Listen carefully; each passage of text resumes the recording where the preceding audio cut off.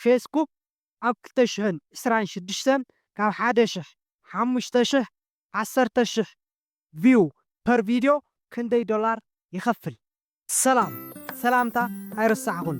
ነዚ ቻናል ሓደሽቲ ዝኾንኩም ሳብስክራይብ ብምግባር ቤተሰብ ኩኑ፣ ነባራት ድማ ላይክ ብምግባር እዚ ቪድዮ ጀምርዎ።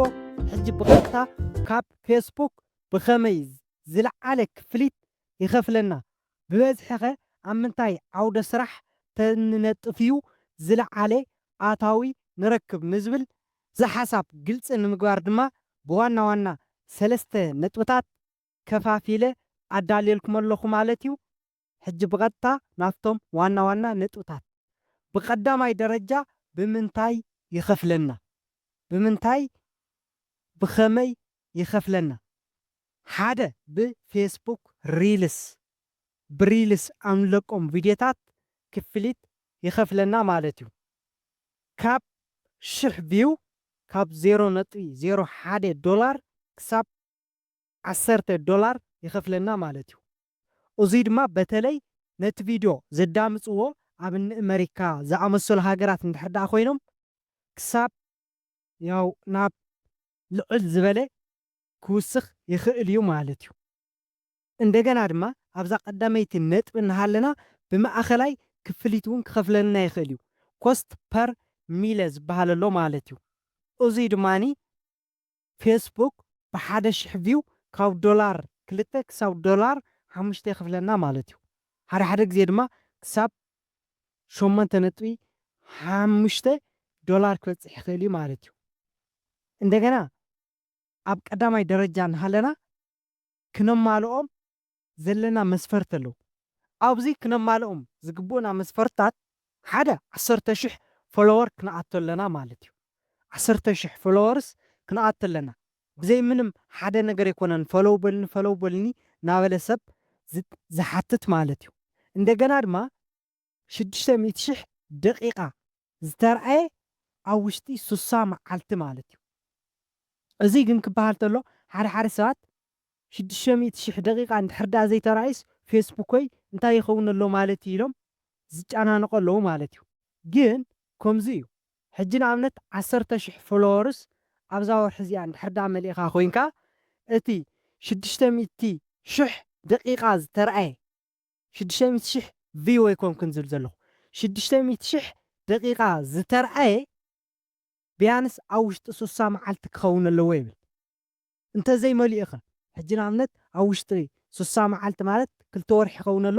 ኣብ ውሽጢ 2 ወርሒ እንድሕር ዳ ክመልእ ዘይክኢሉ ግን እንታይ ክኸውን እንደገና ምስራሕ እዩ።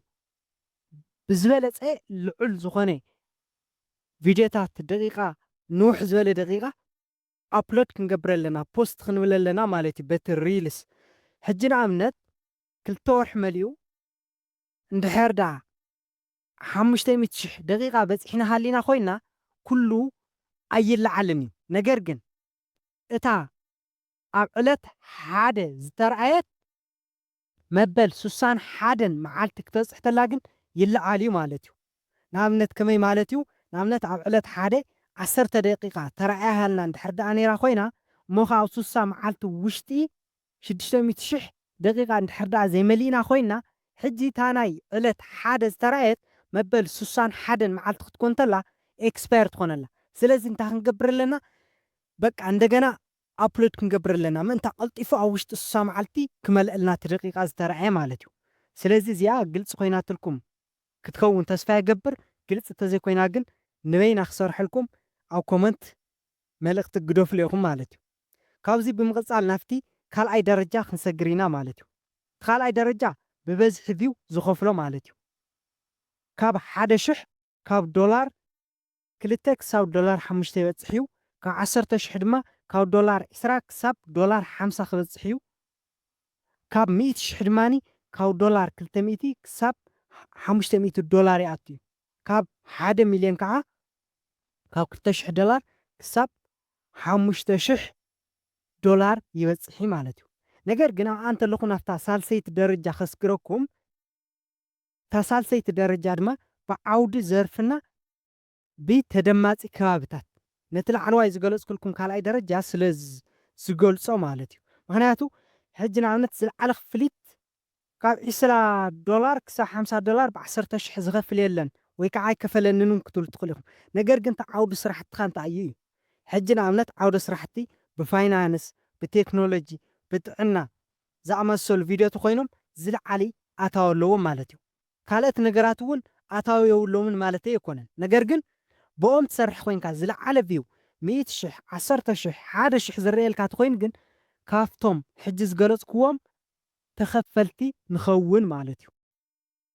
በዚ መሰረት ድማ እንደገና ነቲ ካልኣይ ደረጃና ነቲ ቀዳማይ ደረጃ እውን እዚ ሕጂ ዝገልጽ ኣብ ሳልሳይ ደረጃ ውሽጢ ዘላ ብጣዕሚ ተጽዕኖ ዝገብረሉ ምክንያቱ ሓንቲ ብተደማፂ ከባብታት ኣብ ከምኒ ኣሜሪካ ከምቲ ዝገለጽኩ ዓንቶ ኣብ ከምኦም ከባብታት እንድሕር ደኣ ኮይኖም ብጣዕሚ ዝለዓለ ክፍሊት ይህበና ማለት እዩ።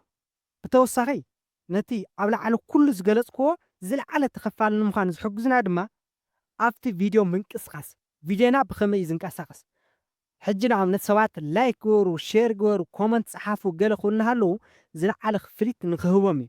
ካሊእ ኣይኮነን እቲ ድኻም ምስ ሰባት ኢንጌጅመንት ንምፍጣር እዩ። ስለዚ ብዙሕ ኮመንት ላይክ ሼር ብዝረኸበ ቁፅሪ ዝለዓለ ቪው ይረክብ ኣሎ። ዝለዓለ ቪው እና ላይክ ሼር ኮመንት ብዝረኸበ ቁፅሪ ድማ ዝለዓለ ክፍሊት ተረባሕቲ ንኸውን ኣለና ማለት እዩ። ስለዚ እዛ ቪድዮ ፌስቡክ ኣብ 2026 ብኸመይ ይኸፍለና ወይ ከዓ ብኸመይ መልክዕ እዩ ዝኸፍለና እንታይ ተማሊእና እዩ ንዝብል ብንእሽተን ሙሉእ ብሙሉእ ተብራህርሂልኩም ክኸውን ተስፋ ኣለኒ። ስለዚ ክሳብ ሕጂ እዛ ቪድዮ እዚኣ እንድሕር ዳኣ ትከታተልዋ ፀኒሕኹም ላይክ ዘይገበርኩም ላይክ ገበሩ፣ ሼር ኮመንት ፀሓፉ፣ ሳብስክራይብ ዘይገበርኩም ተሃሊኹም ከዓ ሳብስክራይብ ገበሩ። ብካልእ ቪድዮ ክሳብ ንራኸብ ፅንሑ ሰላም ሰሰናዩ ንዓኹም